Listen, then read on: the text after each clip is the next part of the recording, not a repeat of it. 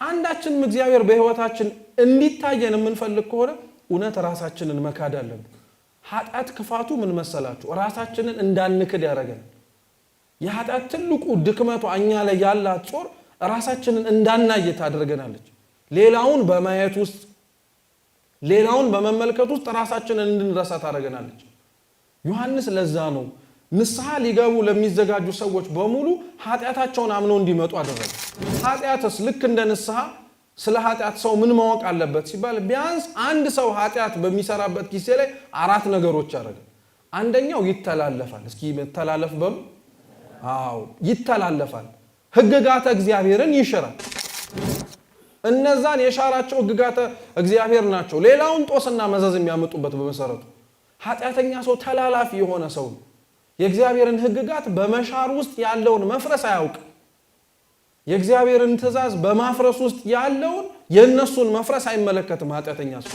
በጣም ነው የሚገርማችሁ እኮ እግዚአብሔር ለኛ ያዘዛቸው በጣም ብዙ ትእዛዛቶች ለርሱ በመታዘዛችን ለሱ የሚጨምርለት ነገር እኮ ያለ ምንም ነገር የለም። ድንግልናችሁን ጠብቁ ቢል የኛ ድንግልና መጠበቅ ውስጥ እግዚአብሔር ምን የሚጨምርለት ነገር አለ? ምንም እኮ ነገር የለም። የኛ ባለመስራቅ፣ ባለማመንዘር፣ ባለመዘሞት እናትና አባታችንን በማክበር ሂደት ውስጥ ለሱ እኮ አንዲትም የሚጨመር ነገር የለም። ለኛ ነው የሚጨመር ነገር የሚኖር። እኛንን እንዳንፈርስ የሚጠብቀን። ሕጉን ያፈረስን ጊዜ ነው መፍረስ የጀመርነው። ሕጉን መተላለፍ የጀመርን ጊዜ ነው ሰዎች እየተላለፉን መምጣት የጀመሩት። እኛን እስራኤላውያን ለዚህ ጥሩ ማሳያ እኮ ናቸው። አንድ እግዚአብሔርን መተላለፍ ሲጀምሩ ስንት ዓመት ነበር ይቀጡ የነበሩት? ታዲያኛ ስንት ዓመት እግዚአብሔርን ተላልፈ ነው አሁን እግዚአብሔር ቀጣም ቢባል ይበለን ነው እንጂ የሚባለው ሌላ ምን ይባላል? እግዚአብሔርን እኮ በደንብ አድርገን የተላለፍ ነው።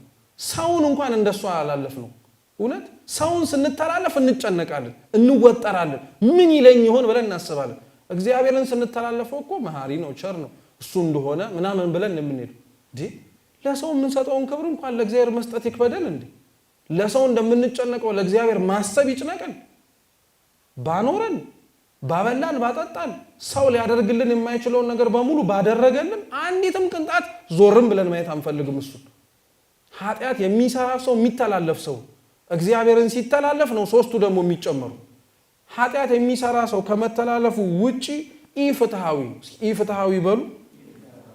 ኢፍትሃዊ ነው ማለት የሆነ ጠባሳ ጥሎበት ስለሚያልፍ ርህራሄ የሌለው ሰው ነው የሚሆነው ኃጢአት የሚሰራ ሰው። አዎ እያንዳንዱ ኃጢአት ጠባሳ ጥሎ ያልፋል። እየሰማችሁ ነው? እያንዳንዱ ኃጢአት ጠባሳ ጥሎ ያልፋል። ሰውነታችንን ቸር ስለሆነ መድኃኔዓለም ሸፍኖልን ነው እንጂ በሰራነው የኃጢአት ልክ ጠባሳችንን ቢያሳየን ኖሮ ትራውማታይዝድ እኮ ነው ነበር። የስነ ልቦና ቀውስ ይመጣብን ነበር አይደል እንዴ? ሰዎች አንዳንዴ ጾታዊ ጥቃት ሲደርስባቸው፣ ክፉ የሆነ ነገር ሲደርስባቸው ያደረጓቸው ሰዎች ማስታወሻ እንዲሆን ምልክት ይተዋሉ። ያንን ነገር ሲያዩት ጭንቅላታቸው እንዲታመም ውስጣቸው መሻገር እንዳይችሉ እንዲታመሙ ለማድረግ በጣም ብዙ ይሄ የስነ ልቦና ቀውስ ያለባቸው ሰዎች እንደዚህ ያደርጋሉ። ኃጢአት የምንሰራ ሰው እንደው እግዚአብሔር ሸፍኖልን ነው እንጂ ጠባሳውን ቢያሳየን ኖሮ እኮ እንዴት ክፉ እንደነበር። እንደ ብሉይ ኪዳን ኃጢአት ለምጽ ቢሆን ኖሮ ታውት ሰው ጋር መቀላቀል እኛ ራሱ ያየነው ቆመን ለመጸለይ እንታደል ይሆን ኖሮ አንዳችንም አንቆም ነበር። እንኳን ታይቶ ይቀርና ተሰውሮ እንኳን ይሄው መች ቆመን ለመጸለይ እንኳን እኮ እኛ በጣም እንጨነቃለን። ኢፍትሃዊ ነው የሚያደርገው ሰይጣን። ኃጢአት ኢፍትሃዊ ያደርጋል። በቃ ጥሎት የሚያልፈውን ጠባሳ እያስታወስን የተሻለ ጽድቅ ከመስራት ይልቅ ትላንትና የሰራነውን ኃጢአት የምናስታውስ በጣም ብዙ ሰዎች ነው ያለን።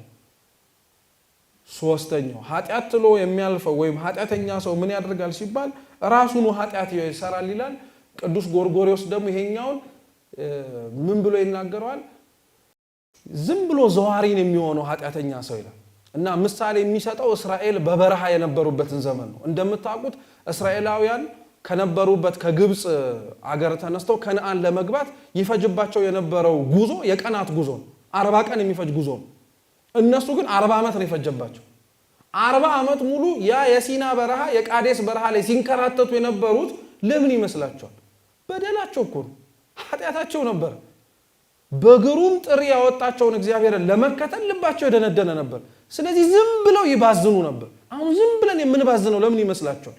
አንዳንዱ ሰው እቅድ ስለማላቅድ ነው፣ በጣም የተሻለ የሆነ አመለካከትና አስተሳሰብ ስለሌለኝ ነው ይላል። አይደለም። ይሄ ብቻ አይደለም፣ ኃጢአተኛ ስለሆነ ነው። ኃጢአተኛ የሆነ ሰው ተቅበዝባዥ ነው። በቃ ቃየልን ስንመለከተው አቤልን ከገደለ በኋላ እቅድ አቅጄ ስላልገደልኩት ነው ብሎ ነው ያሰበው እንዴ? ተቅበዝባዥ ፈሪ እኮ ነበር የነበረው። ማንም ሳያሳድደው ይፈረጥጥ ነበር የቃየል።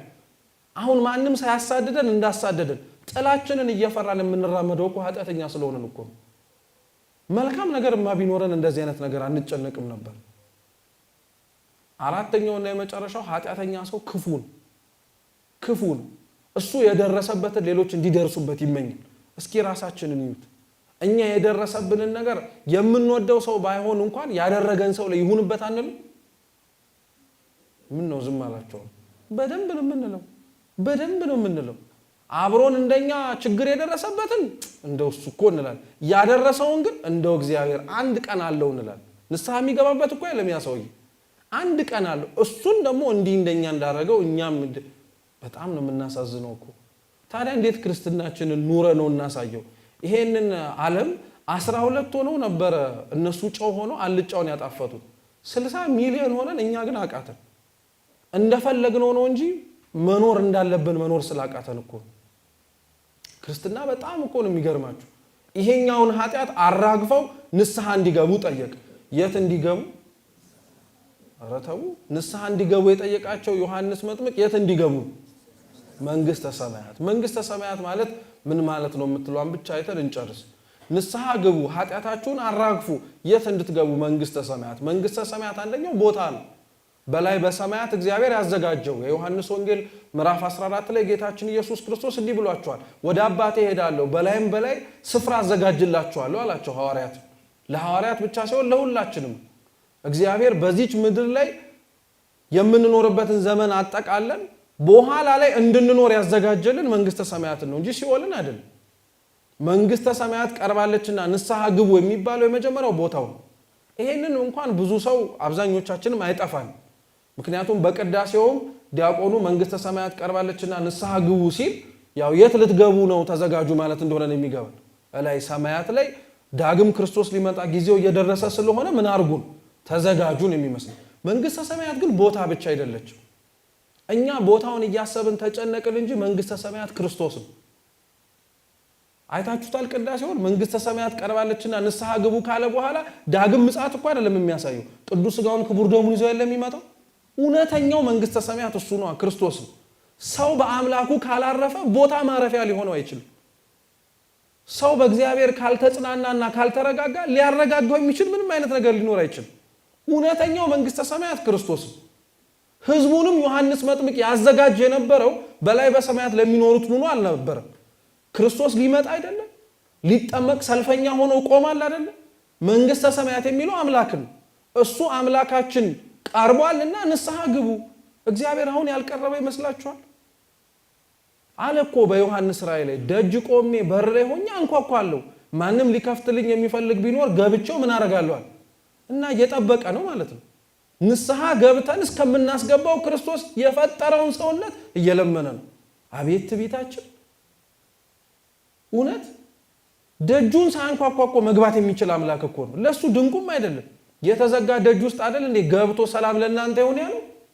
የኛን ደጅ መክፈት ለምን የከበደው ይመስላችኋል? ከሃሊነቱ ጠፍቶ እኮ አይደለም፣ እኛ አላስከፍት ስላልነው እኮ። ማረፊያ እንዲሆነን አምላካችንን አላሳርፋል ነው እኛ ራሳችን። እሱ ራሱ እኮ እኛን ለማግኘት እንዴት እንደሚደክም የማይገባበት ቋጥኝ የለም። የጠፋውን በግ ይፈልገው የነበረው እረኛ በጉን እስከሚያገኘው ድረስ ተራራውን፣ ሸንተረሩን፣ ጋራውን፣ ቁልቁለቱን ያለ ወረደው ክርስቶስ እኛ ውስጥ ለማረፍ እንዲደክማል። ታውቃላችሁ? እኛ ውስጥ ለማረፍ ማለት ነው። ይሄ ሰውነት የምንጸየፈው ሰውነት ውስጥ እኛ የምንጠላው ሰውነት ውስጥ ክርስቶስ ማረፍ ይፈልጋል። መንግስተ ሰማያት ቀርባለች የሚባለው ሁለተኛው ክርስቶስ ነው። ሶስተኛው መንግስተ ሰማያት ቀርባለችና ንስሐ ግቡ የሚባለው መንግስተ ሰማያት እመቤታችን ናት። መንግስተ ሰማያት ቦታ ነው ካልን ክርስቲያኖች የሚያርፉበት ነው። ክርስቶስ ነው ካልን መንግስተ ሰማያት እንድናርፍበት ነው። የክርስቶስ ማረፊያው ደግሞ እመቤታችን ናት። አማናዊት የሆነች ማረፊያው መንግስተ ሰማያዊ የሱ እሷ ናት እንጂ የሆነ ሰማይ አይደለም፣ የሆነ ቦታ አይደለም። ሰማይ ነው እንኳን ካልን የእግዚአብሔር ማረፊያው ዙፋኑ ነው። 4ቱ መናብርት ኪሩቤል የሚሸከሙት አራቱ መናብርት ኪሩቤል የአራቱ ወንጌላውያን ምሳሌ ናቸው። አራቱም ወንጌላውያን ስለሷ የጻፉላት እመቤታችን ናት። እውነተኛ መንግስተ ሰማያት እግዚአብሔር እስከ መጨረሻው ድረስ ንስሐ ገብተው እስከ መጨረሻው ድረስ የሚገቡትን ንስሐ ተስፋ ሳይቆርጡ ለሚራመዱ ክርስቲያኖች መጨረሻ የሚሸልማቸው መንግስተ ሰማያት ማረፊያው እናቱን